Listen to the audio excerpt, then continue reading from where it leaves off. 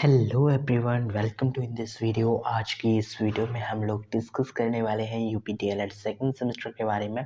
और यहाँ पे आज हम विज्ञान के सभी बहुविकल्पी प्रश्नों को करने वाले हैं, जो कि एग्ज़ाम के लिए बहुत ही ज़्यादा इम्पोर्टेंट रहेंगे। 100% यही क्वेश्चन आपके एग्ज़ाम में आने वाले हैं, इतना आप पक्का कर लीजिए और इन प्रश्नों को करना स्टार्ट कर दीजिए। सबसे पहले हम लोग डिस्कस करेंगे वस्तुनिष्ठ प्रश्नों के बारे में। यहाँ पे बहुविकल्पी प्रश्न जो हैं बहुत ही ज़्यादा इम्पोर्टेंट हैं और आज की इस वीडियो में हम लोग केवल बहुविकल्पी प्रश्न यानी वस्तुनिष्ठ प्रश्नों को करने वाले हैं। ठीक है, एक एक प्रश्न पे आप लोग ध्यान दीजिएगा और कोई भी प्रश्न आपके लिए अलग नहीं है। एकदम वही प्रश्न लिए गए हैं जो कि आपकी सीरीज़ में दिए गए हैं, वही प्रश्न मैं दोबारा करवाने वाला हूँ। बस वन लाइनर क्वेश्चन आपको यहाँ पे देखने को मिलेगा। आपको क्वेश्चन मिलेगा, उसके साथ आपका आंसर रहेगा। ये प्रश्न अगर आप तैयार कर लेते हो तो आपके 5 नंबर तो कोई नहीं रोक सकता।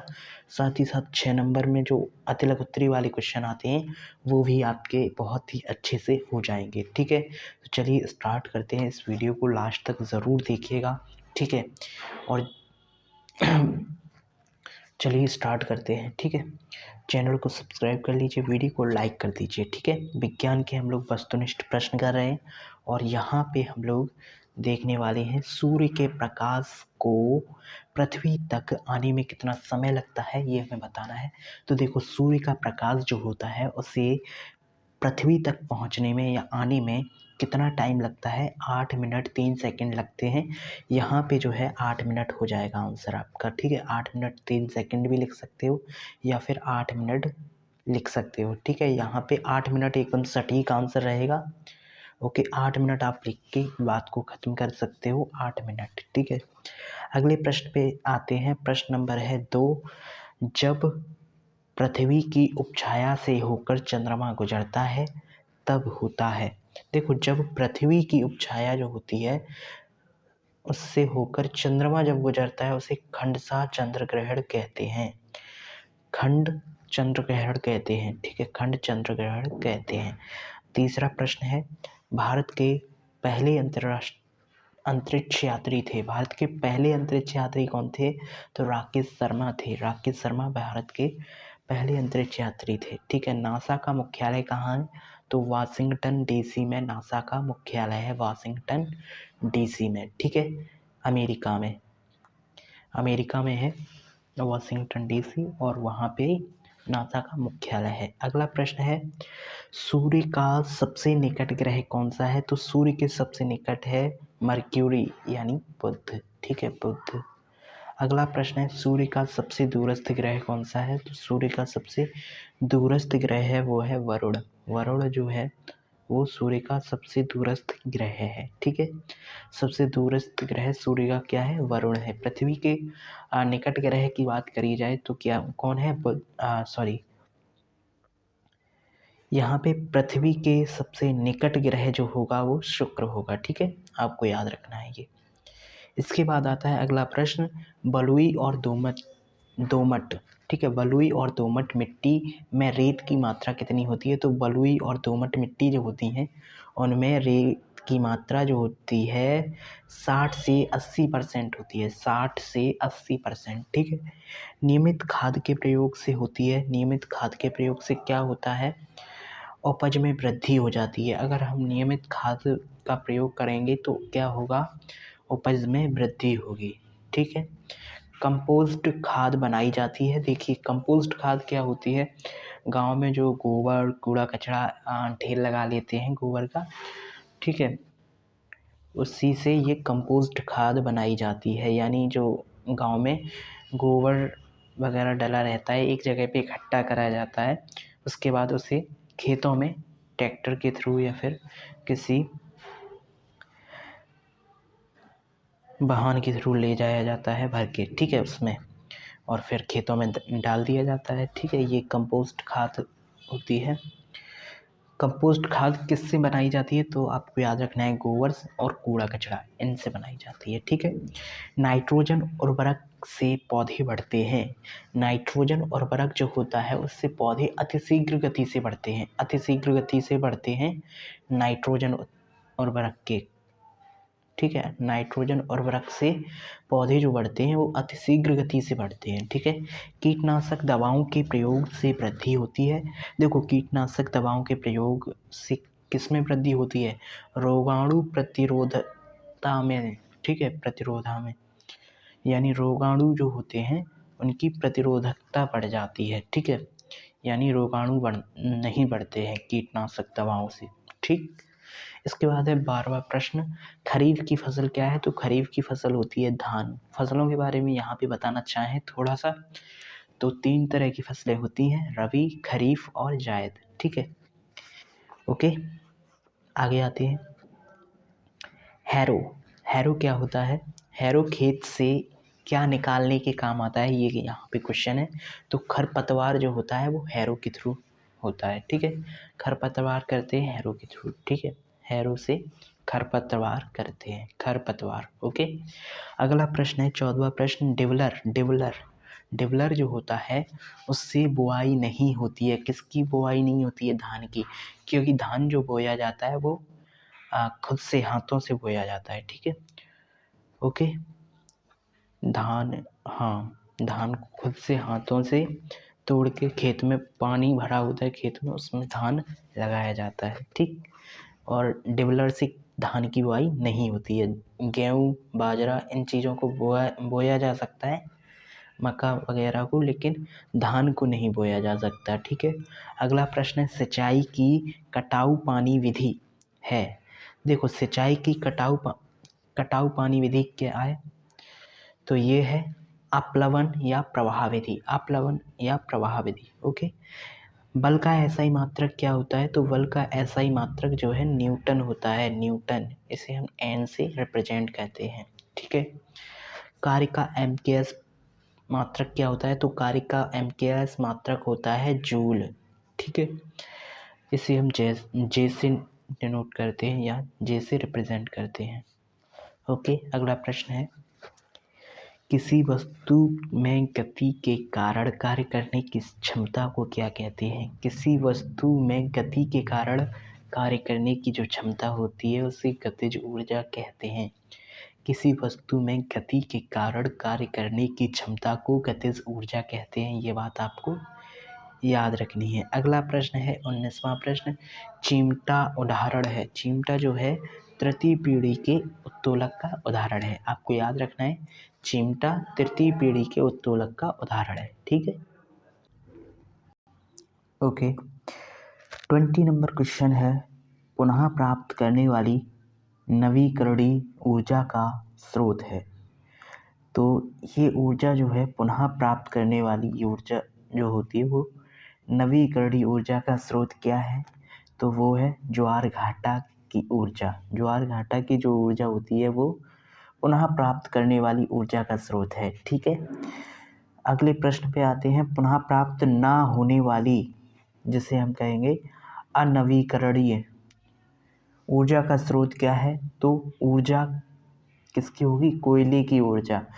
पुनः प्राप्त ना होने वाली, कोयला जो होगा वो पुनः प्राप्त ना होने वाली ऊर्जा का स्रोत है, ठीक है।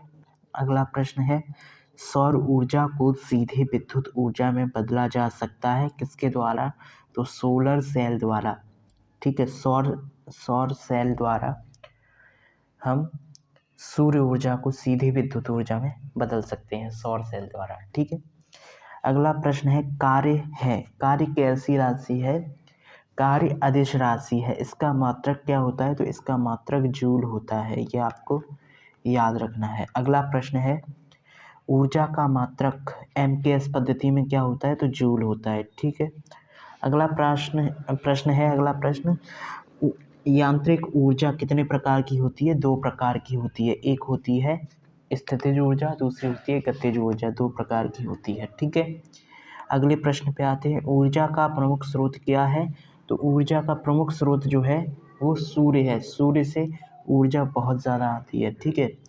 इसके बाद है 1 जूल किसके बराबर होगा? न्यूटन इंटू 1 मीटर, ठीक है, इसके बराबर होगा। यानी यहाँ पे 1 जूल बराबर क्या होता है? Newton into 1 metre. ठीक है, इसका एक फॉर्मूला होता है जिसके बारे में हम आगे डिस्कस करेंगे। यहाँ पे अगला प्रश्न है सरल मशीन है। सरल मशीन क्या क्या होती हैं? तो सरल मशीन में पहिया, पेच, घिरनी ये चीज़ें आती हैं। ठीक है, पहिया, पेच, घिरनी। सीढ़ी किस प्रकार का उत्तोलक है? तो ये तृतीय प्रकार का उत्तोलक है। ठीक है, तृतीय प्रकार का उत्तोलक सीढ़ी है, चिमटा है। ठीक है, यहाँ पे हमने पढ़ा था चिमटा। ठीक है, चिमटा जो है तृतीय प्रकार का उत्तोलक है। ठीक है, अगला प्रश्न आता है, प्रश्न नंबर है 27, 28, 29 पे आ चुके हैं। 30वां प्रश्न गायब है यहाँ पे। ठीक है, 31 से पढ़ेंगे। कोशिका का भाग है। कोशिका का भाग क्या होता है? केंद्रक।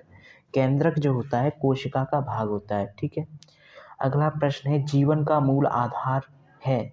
जीवन का मूल आधार क्या होता है? जीव द्रव्य होता है। ठीक है, अगला प्रश्न है प्रकाश संश्लेषण की क्रिया के आवश्यक तत्व हैं। प्रकाश संश्लेषण की क्रिया के आवश्यक तत्व कौन कौन से होते हैं? कार्बन डाइऑक्साइड यानी कि CO2, जल और प्रकाश। ठीक है, ये चीज़ें प्रकाश संश्लेषण की क्रिया के आवश्यक तत्व हैं। ठीक है, इसके बाद है अगला प्रश्न मानव शरीर में कितनी अस्थियां होती हैं? तो मानव शरीर में 206 हड्डियां यानी अस्थियां होती हैं। ठीक है, यहाँ पे अगला प्रश्न आता है कंकाल तंत्र के कार्य हैं। कंकाल तंत्र का क्या कार्य है? शरीर जो होता है उसको दृढ़ता प्रदान करना, यही कंकाल तंत्र का कार्य है। ठीक है, शरीर को दृढ़ता प्रदान करना। ओके, अगला प्रश्न है दांतों के ऊपर चढ़े आवरण को क्या कहते हैं? तो इनेमल कहा जाता है। दांतों के ऊपर चढ़ा जो आवरण होता है उसे इनेमल कहा जाता है। अगला प्रश्न है दांतों को स्वस्थ रखने के लिए लेना चाहिए। तो दांतों को स्वस्थ रखने के लिए क्या लेना चाहिए? विटामिन ए और विटामिन डी लेना चाहिए, इससे दांत स्वस्थ रहेंगे। ठीक है, अगला प्रश्न आता है, प्रश्न नंबर है 39, दांतों की कार्य बताइए। तो दांतों से हम क्या क्या कार्य कर सकते हैं? भोजन को चबा सकते हैं। ठीक है, भोजन को फाड़ना, भोजन को चबाना, भोजन को फाड़ना, भोजन को छोटे छोटे टुकड़ों में काटना, ये किसके कार्य हैं? दांतों की कार्य हैं। अगला प्रश्न है अमाशय में पाए जाने वाला एंजाइम क्या होता है? तो अमाशय में जो एंजाइम पाया जाता है उसे पेप्सिन कहते हैं। पेप्सिन नाम से जानते हैं अमाशय में पाए जाने वाले एंजाइम को। अगले प्रश्न पे आते हैं, प्रश्न नंबर है 41, शर्करा के नियमन करने में सहायक हार्मोन है। शर्करा के नियमन करने में सहायक हार्मोन जो होता है इंसुलिन होता है। इंसुलिन जो होता है वो शर्करा के नियमन करने में सहायक हार्मोन है। ठीक है, कैल्शियम तथा फास्फोरस के नियमन का कार्य कौन करता है? तो पैराथर्मोन करता है, पैराथर्मोन। ठीक है, अगला प्रश्न है जल में घुलनशील विटामिन जो होते हैं वो कौन कौन से होते हैं? V और C होते हैं जल में घुलनशील। ठीक है, और यहाँ पे आपको बता देता हूँ कैल्शियम जो होता है उसे Ca से रिप्रेजेंट करते हैं और फास्फोरस को P से रिप्रेजेंट करते हैं। ठीक है, अगला प्रश्न है यहाँ पे दांतों की मजबूती के लिए आवश्यक क्या होते हैं? तो कैल्शियम और फास्फोरस। ये मैंने C, A और P लिख दिया है, यानी कैल्शियम और फास्फोरस। ठीक है, पैकेट के दूध को संरक्षित किया जाता है किसके द्वारा? ये होता है पश्चुरीकरण द्वारा। ठीक है, पश्चुरीकरण जो होता है उसके द्वारा पैकेट के दूध को संरक्षित किया जाता है, यानी सेफ रखा जाता है। ठीक है, अगला प्रश्न क्या है? अगला प्रश्न है परमाणु का समस्त द्रव्यमान निहित रहता है किसमें? परमाणु जो होते हैं उनका समस्त द्रव्यमान प्रोटॉन और न्यूट्रॉन में क्या रहता है? निहित रहता है। ठीक है, अगला प्रश्न आता है किसी तत्व का परमाणु क्रमांक बराबर होता है उसके परमाणु में उपस्थित प्रोटॉनों की संख्या के। ठीक है, उसमें जो प्रोटॉनों की संख्या होती है उसके बराबर रहता है। ठीक है, अगला प्रश्न है परमाणु के नाभिक में स्थित होते हैं। परमाणु के नाभिक में, अब देखिए यहाँ पे मैं बनाता हूँ। ठीक है, इस तरह से आपको देखने को मिलता है। यहाँ पे इलेक्ट्रॉन रहते हैं। ठीक है, इलेक्ट्रॉन जो कि कक्षाओं में चक्कर लगाएंगे, ये ऋणावेशित होते हैं। यहाँ पे प्रोटॉन और न्यूट्रॉन इसमें अंदर रहते हैं यहाँ पे। ठीक है, यहाँ पे प्रोटॉन और न्यूट्रॉन दोनों केंद्रक में रहते हैं। ठीक है, नाभिक में, सॉरी इसे नाभिक बोला जाएगा, नाभिक में रहते हैं प्रोटॉन और न्यूट्रॉन। ठीक है। अगला प्रश्न है निष्क्रिय गैस का इलेक्ट्रॉनिक विन्यास है। निष्क्रिय गैस जो होती है उसका इलेक्ट्रॉनिक विन्यास 2,8 हो जाएगा, 2,8 और 18 इस तरह से बनेगा। ठीक है। ओके। अगला प्रश्न आता है 50 नंबर प्रश्न है, परमाणु द्रव्यमान का राष्ट्रीय मानक क्या है? तो कार्बन 11 या फिर C11 भी कह सकते हैं। ठीक है। कार्बन 11 C11, सॉरी कार्बन 11 नहीं, कार्बन 12 और C12 के नाम से इसे जानेंगे। यहाँ पे बोलने में थोड़ी दिक्कत हुई, कार्बन 12। ठीक है। इस तरह से इसे जानेंगे। परमाणु द्रव्यमान का अंतर्राष्ट्रीय मात्रक कार्बन 12। ठीक है। कार्बन 12। अगला प्रश्न है कैल्शियम हाइड्रोक्साइड यानी कि किसे कहा जाता है? तो ये होता है CaOH का होल ट्वाइस, CaOH का होल ट्वाइस ये रहेगा कैल्शियम हाइड्रोक्साइड, कैल्शियम हाइड्रोक्साइड। अगला प्रश्न है भौतिक परिवर्तन में क्या होता है? पदार्थ के अणुओं में परिवर्तन नहीं होता, पदार्थ के जो अणु होते हैं उनमें कोई भी परिवर्तन नहीं होता है। ठीक है। भौतिक परिवर्तन में। अगला प्रश्न है प्रत्यावर्तित परिवर्तन क्या होता है? तो प्रत्यावर्तित परिवर्तन वही होता है जैसे भौतिक परिवर्तन कहा जाता है, जैसे मोम का पिघलना, अगर मोम पिघलती है तो हाँ, प्रत्यावर्तित परिवर्तन क्या होता है? तो मोम का पिघलना ये प्रत्यावर्तित परिवर्तन है। ठीक है। इसके बाद रासायनिक परिवर्तन क्या है? तो कागज का जलना, कागज एक बार जल जाएगा उसके बाद पुनः कागज आप नहीं बना सकते जले हुए कागज से। ठीक है। तो ये रासायनिक परिवर्तन है। अगला प्रश्न आता है ज्वालामुखी का फूटना। ज्वालामुखी का फूटना ये कैसा परिवर्तन है? ये अनियमित परिवर्तन है, ये खुद से होगा, इसमें कोई मानव यानी इंसान कुछ भी नहीं करता है। ठीक है। प्राकृतिक है। ओके। इसके बाद है अनियमित, और अनियमित है, नियमित नहीं है। ठीक है। इसके बाद है दिन रात जो होते हैं उनका होना कैसा परिवर्तन है? तो ये नियमित और प्राकृतिक परिवर्तन है। प्राकृतिक यानी प्रकृति द्वारा खुद ही होंगे। ठीक है। दिन और रात। नियमित है यानी रोज होते, मतलब होते रहते हैं। ठीक है। अगला प्रश्न आता है अम्ल वे पदार्थ हैं जो क्या होते हैं? जो जलीय विलयन में H3O+ हाइड्रोनियम आयन बनाते हैं। हाइड्रोनियम बोलेंगे इसे पूरे को। ठीक है। H3O को हाइड्रोनियम बोलेंगे, आयन बनाते हैं, वो अम्ल होते हैं। ठीक है। H3O+ ion, hydronium ion. अगला प्रश्न आता है अम्ल व क्षारों की प्रबलता निर्भर करती है उनके आयनन की मात्रा पर, उनके आयनन की मात्रा पे यहाँ पे अम्ल और क्षार की प्रबलता निर्भर करती है। इसके बाद है अगला प्रश्न प्रबल अम्ल क्षार वह है जिसका अणुभार अधिक हो। प्रबल अम्ल और क्षार क्या होते हैं? जिनका अणुभार जो है अधिक हो। ठीक है। इसके बाद है इलेक्ट्रॉन दाता। इलेक्ट्रॉन दाता तथा इलेक्ट्रॉन ग्राही पदार्थों के मध्य उपसंयोजक बंध बनाने की प्रक्रिया क्या कहलाती है? ये आयनन कहलाती है। ठीक है। आयनन। अगले प्रश्न पे आते हैं। प्रश्न नंबर है 61, उदासीनीकरण क्रिया है। उदासीनीकरण क्रिया में क्या होता है ये हमें बताना है। तो देखो लवण और जल बनता है, ये आपको याद रखनी है। उदासीनीकरण क्रिया में क्या होता है? लवण बनता है और जल बनता है। ठीक है। अगला प्रश्न है जिन अम्लों में ऑक्सीजन तथा सल्फर नहीं होते हैं, जिन अम्लों में ऑक्सीजन और सल्फर नहीं होते हैं उन्हें हाइडेसिड कहते हैं, हाइडेसिड। इसके बाद है जिन लवणों के जलीय विलयन में एक ही प्रकार के धनायन व एक ही प्रकार के ऋणायन देते हैं वह क्या कहलाते हैं? सामान्य लवण कहलाते हैं, सामान्य लवण। ठीक है। अगला प्रश्न क्या है वायु प्रदूषण के क्या कारण हैं? इसके बारे में बताइए। तो वायु प्रदूषण के कारण क्या क्या रहेंगे? कूड़े का जलना, आग लगना, मोटर वाहनों का धुआं। ये किसके कारण हैं? ये वायु प्रदूषण के कारण हैं। ठीक है। कूड़े का जलना, आग लगना और वाहनों का धुआं, मोटर वाहनों का धुआं, ये वायु प्रदूषण के कारण है। इसके बाद अगला प्रश्न है आपदा प्रबंधन। आपदा प्रबंधन विधेयक संसद में कब प्रस्तुत हुआ? तो ये जो था 2005 में आपदा प्रबंधन विधेयक 2005 में प्रस्तुत हुआ, ठीक है, संसद में। अगला प्रश्न आता है 67 नंबर प्रश्न है, जनसंख्या विस्फोट का क्या कारण है?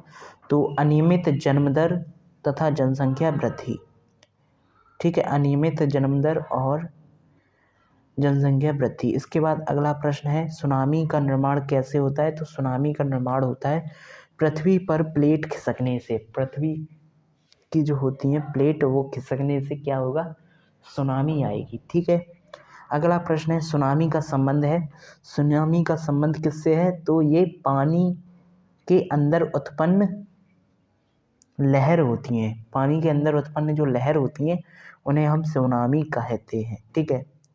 अगला प्रश्न आता है, चक्रवात का आकार क्या होता है? तो चक्रवात जो होता है वो अंडाकार होता है। चक्रवात कैसा होता है? अंडाकार होता है। अगले प्रश्न पे आते हैं, प्लूटो ग्रह को 2006 में ग्रह की श्रेणी से हटा दिया गया। प्लूटो ग्रह है, उसे ग्रह की श्रेणी से 2006 में हटा दिया गया है, ये आपको याद रखना है, ठीक है। अगला प्रश्न है, द्वितीय प्रकार के उत्तोलक का उदाहरण क्या है? तो द्वितीय प्रकार के उत्तोलक का उदाहरण हम बताएं तो यहाँ पे बोतल खोलने वाला जो ढक्कन हो जाएगा वो द्वितीय प्रकार के उत्तोलक का उदाहरण होगा, ठीक है। अगला प्रश्न है, प्रबल क्षार हैं, प्रबल क्षार क्या है? NaOH। यहाँ पे उत्तोलक के बारे में मैं आपको एक फुल वीडियो देने वाला हूँ, तो आप लोग उस वीडियो को ज़रूर देख लेना, ठीक है। उसमें आपको सभी उत्तोलक से संबंधी प्रश्न आपको देखने को मिल जाएंगे, ठीक है। अगला प्रश्न आता है, अधपका मांस यानी कच्चा मांस खाने से कौन सा रोग होता है? तो ये होता है एंथ्रैक्स। एंथ्रैक्स रोग हो जाता है अधपका या फिर कच्चा मांस खाने से, ठीक है। अगला प्रश्न है, रसांकुर यानी वैली संरचना पाई जाती है? तो ये क्षुद्रांत में पाई जाती है, क्षुद्रांत में, ठीक है। अगला प्रश्न है, भौतिक परिवर्तन है। भौतिक परिवर्तन क्या है? बल्ब का जलना, बल्ब का जलना जो होता है भौतिक परिवर्तन होता है, ठीक है। अगला प्रश्न है, नींबू में कौन सा अम्ल पाया जाता है या फिर नींबू में पाए जाने वाले अम्ल का नाम क्या है? तो वो होता है साइट्रिक अम्ल, ठीक है, साइट्रिक एसिड भी कहते हैं इसे। विटामिन डी का सबसे सस्ता प्राकृतिक स्रोत क्या होता है? तो ये होती है धूप, यानी कि सूरज की रोशनी। सूरज की रोशनी विटामिन डी का सबसे अच्छा और सस्ता स्रोत है, ठीक है। इसके बाद अगला प्रश्न है, सरौता में आलंब होता है। सरौता जो होता है उसमें आलंब कहाँ होता है? किनारों पर होता है, ठीक है, किनारों पर होता है। अगला प्रश्न है, घड़ी को चाबी भरने में संग्रह करते हैं। घड़ी जो होती है उसमें चाबी भरी जाती है, उसमें कौन सी ऊर्जा होती है? गतिज ऊर्जा होती है, ठीक है। एलिसा परीक्षण जो होता है वो किया जाता है, किस में किया जाता है? एड्स में किया जाता है, AIDS, ठीक है, एड्स में एलिसा परीक्षण किया जाता है। अगला प्रश्न है, नाइट्रोजन अणु में होता है, नाइट्रोजन अणु में क्या होता है? त्रिसंयोजी बंध होता है। नाइट्रोजन अणु में त्रिसंयोजी बंध होता है, ये आपको याद रखना है। अगला प्रश्न आता है, प्रश्न है, किसी तत्व का परमाणु क्रमांक 15 तथा द्रव्यमान संख्या 40 तत्व के परमाणु के नाभिक में न्यूट्रॉनों की संख्या में बतानी थी, तो यहाँ पे 25 होगी। कैसे होगी इसको डिटेल में हम डिस्कस करेंगे किसी अगली वीडियो में, ठीक है। यहाँ पे हम लोग केवल इम्पॉर्टेंट क्वेश्चन पढ़ रहे हैं, यहाँ पे ये प्रीवियस ईयर क्वेश्चंस हैं जो कि आपके एग्जाम में आए हुए हैं, ठीक है। थोड़े ही और बच्चे अभी कंप्लीट करने वाले हैं। यहाँ पे दाएं प्रश्न है अगला, दाएं निलय से अशुद्ध रुधिर फेफड़े अंग में चला जाता है, ये आपको याद रखना है। दाएं निलय से जो अशुद्ध रुधिर होता है वो कहाँ जाता है? फेफड़े अंग में जाता है, फेफड़ा अंग में, ठीक है, फेफड़े में जाता है, ठीक। अगला प्रश्न है, पेट्रोल में होती है। पेट्रोल में कैसी ऊर्जा होती है? रासायनिक ऊर्जा होती है। चूना पत्थर का रासायनिक सूत्र क्या होता है? तो CaCO3 होता है, कैल्शियम कार्बोनेट होता है, ठीक है। अगला प्रश्न आता है, सोलर सेल में मुख्य रूप से ऊर्जा का रूपांतरण होता है किसमें? प्रकाश ऊर्जा का विद्युत ऊर्जा में। सोलर सेल जो होती है वो प्रकाश ऊर्जा को किसमें? विद्युत ऊर्जा में कन्वर्ट करती है, ठीक है, प्रकाश सोलर सेल। अगला प्रश्न है, फैलेगा रोग विटामिन बी की कमी से होता है। विटामिन के ऊपर पूरी की पूरी वीडियो आपको मिलने वाली है। Vitamin A, B, B1, B3, B6 ये सभी जो है आपको एक वीडियो में सभी विटामिन से रिलेटेड उनके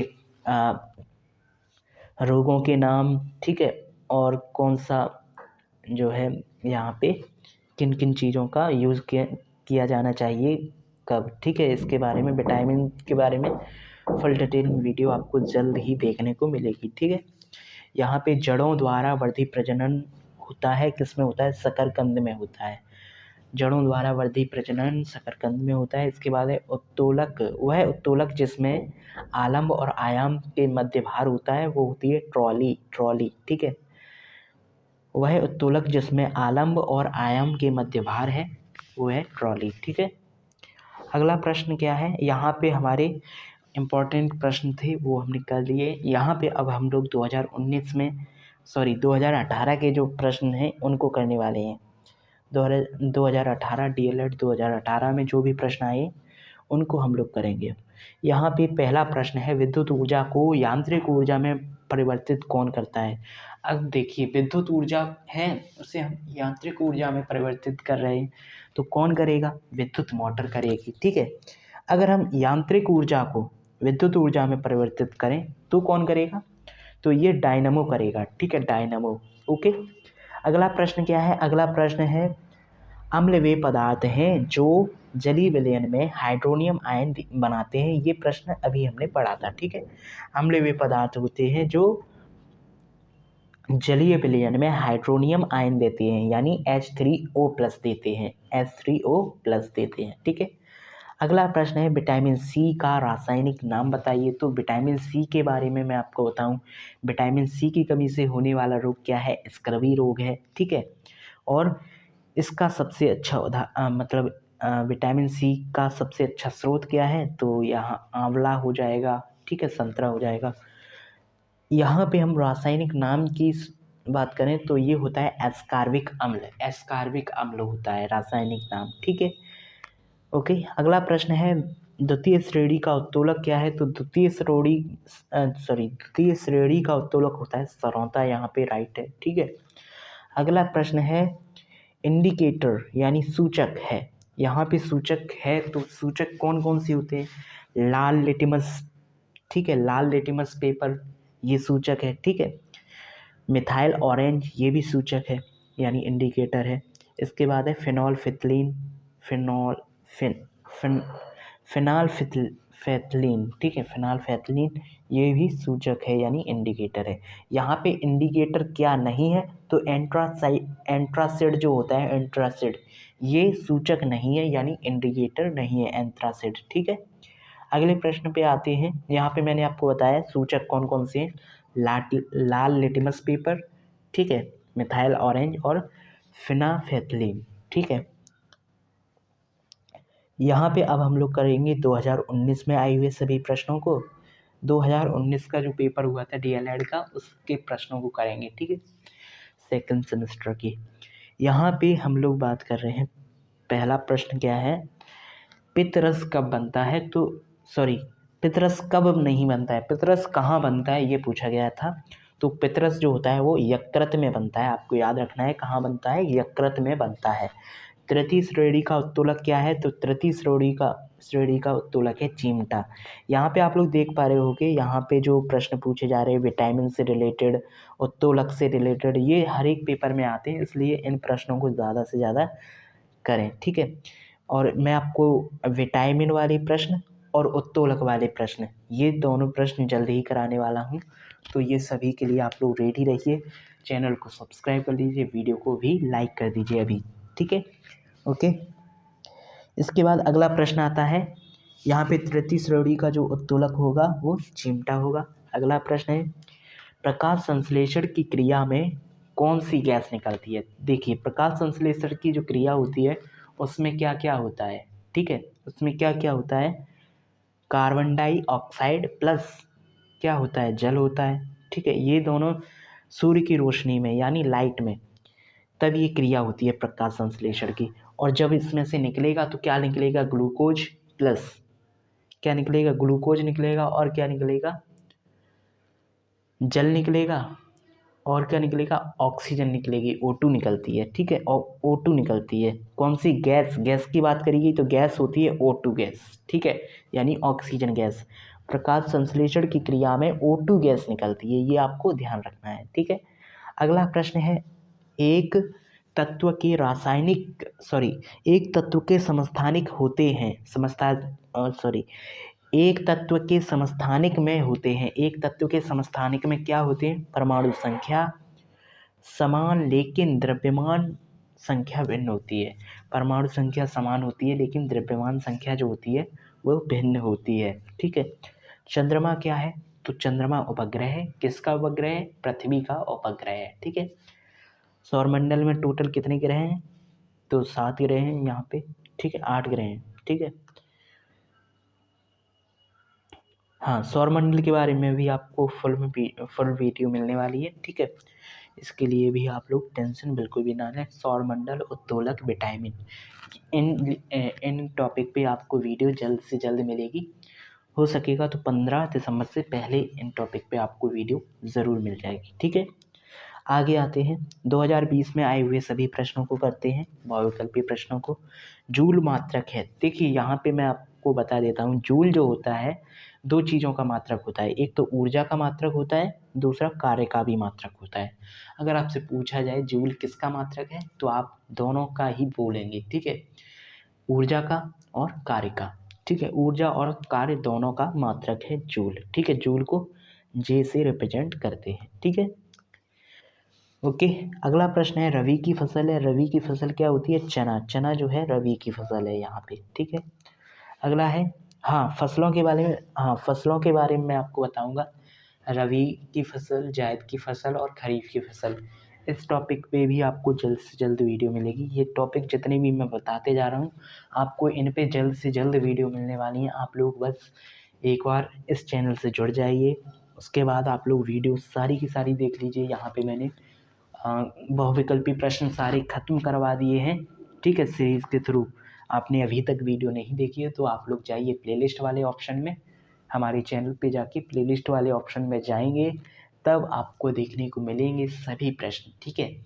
आपको यहाँ सबसे पहले इंग्लिश, फिर हिंदी, फिर सामाजिक अध्ययन, ठीक है, उसके बाद गणित, विज्ञान, प्रारंभिक शिक्षा के नवीन प्रयास और वर्तमान भारतीय समाज, इतनी प्लेलिस्ट मैंने बना रखी है सभी सब्जेक्ट की अलग अलग।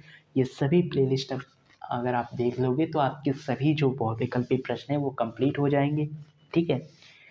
इसके बाद हम लोग आगे बढ़ते हैं, चंद्र ग्रहण की घटना होती है। चंद्र ग्रहण की जो घटना होती है वो पूर्णिमा के दिन होती है, पूर्णिमा के दिन, ठीक है। चंद्र ग्रहण की घटना पूर्णिमा के दिन होती है, ठीक है। अगले प्रश्न पे आते हैं। चौथा प्रश्न क्या है हमारा यहाँ पे, डीपीटी के टीके से बचाव होता है। डीपीटी के टीके जो होते हैं उससे किस में बचाव होता है, डिप्थीरिया, काली खांसी का, टेटनिस का, इन तीनों का बचाव होता है, ठीक है।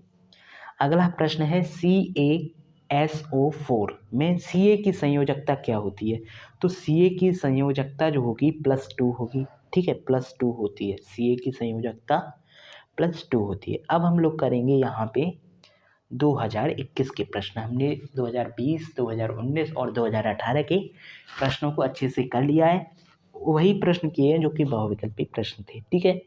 अब हम लोग करेंगे 2021 के प्रश्नों को। यहाँ पे सबसे पहला प्रश्न है, जब पृथ्वी की उपछाया से होकर चंद्रमा गुजरता है तब क्या होता है, तब होता है खंडसा चंद्र ग्रहण। ये प्रश्न हमने अभी अभी किए थे, ठीक है, खंडसा चंद्र ग्रहण होता है, ठीक है। जब पृथ्वी की उपछाया से होकर चंद्रमा गुजरता है तब खंड चंद्र ग्रहण होता है, खंड चंद्र ग्रहण होता है, ये आपको लिखना है, खंड चंद्र ग्रहण होता है, खंडसा नहीं होता है, ठीक है, खंड चंद्र ग्रहण, ठीक।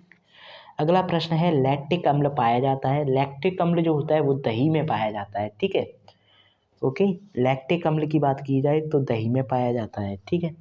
द्वितीय वर्ग के उत्तोलक या फिर द्वितीय श्रेणी के उत्तोलक का नाम क्या है, तो ये सरौता हो जाएगा यहाँ पे आपका राइट, ठीक है।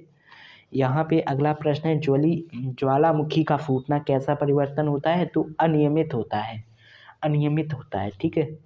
चूना पत्थर का रासायनिक सूत्र क्या होता है? तो चूना पत्थर का रासायनिक सूत्र क्या हो जाएगा? CaCO3 हो जाएगा। CaCO3 ये चूना पत्थर का रासायनिक नाम है। ठीक है, तो आज के लिए इतना ही रखते हैं। यहाँ पे हमने बहुविकल्पी प्रश्न सभी कर लिए हैं। हमने इतने प्रश्न किए हैं कि 2018 से लेके 2023 तक के सभी प्रश्न कंप्लीट कर लिए हैं। 2024 के प्रश्न भी हमने कंप्लीट कर चुके हैं पहले ही। उस वीडियो को अगर आपने अभी तक नहीं देखा है तो आपको जाना है प्लेलिस्ट में, विज्ञान की प्लेलिस्ट हमारी बनी हुई है, उसमें जाओगे तो आपको पहली या दूसरी वीडियो आपको उसी टॉपिक से रिलेटेड आपको देखने को मिल जाएगी, 2024 के प्रश्न। ठीक है, ओके, 2024 के सभी बहुविकल्पी प्रश्न आपको देखने को मिल जाएंगे। ठीक है, तो आई होप आपको ये वीडियो में जो भी मैंने आपको बताया वो आपको समझ में आया होगा। अगली वीडियो में हम लोग डिस्कस करेंगे अतिलघुत्तरी प्रश्नों के बारे में। ठीक है, ओके, तो यहीं तक रखते हैं आज। Thank you, goodbye, take care. सभी लोग इस वीडियो का कई बार रिवीजन करेंगे तो आपको ये सभी प्रश्न याद हो जाएंगे। यहाँ पे कोई भी गलती हुई हो तो उसे आप लोग कमेंट बॉक्स में ज़रूर बताइए, जिससे वो उस गलती को अगली वीडियो में सुधारा जा सके। ठीक है, thank you, goodbye, take care, see you soon.